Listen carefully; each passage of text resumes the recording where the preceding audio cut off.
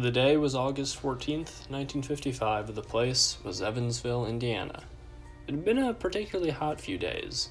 Driving local Naomi Johnson to swim in the Ohio River with her 3 children and her friend Louise Lamble.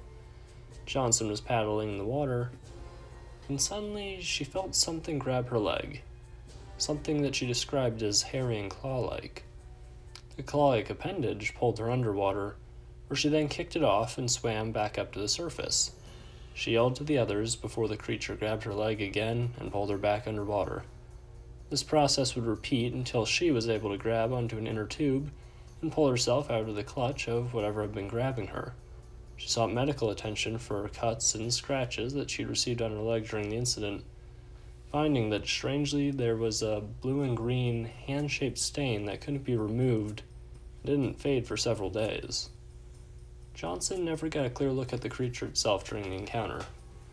Allegedly, some versions of the story report that following what happened, the Johnson home was visited by an individual claiming to be an Air Force colonel who asked about the creature and told Mrs. Johnson to never speak about what happened that day. Whatever grabbed Naomi's leg that day would come to be known as the green-clawed beast due to the bizarre mark that it left behind.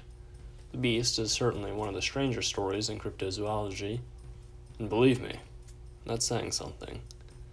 The creature's only encountered once, never even seen, and then that was it. I don't think it could have been a prankster given how long they would have had to have stayed underwater, and I can't think of any reason for it to be a work of fiction made up by a hoaxer.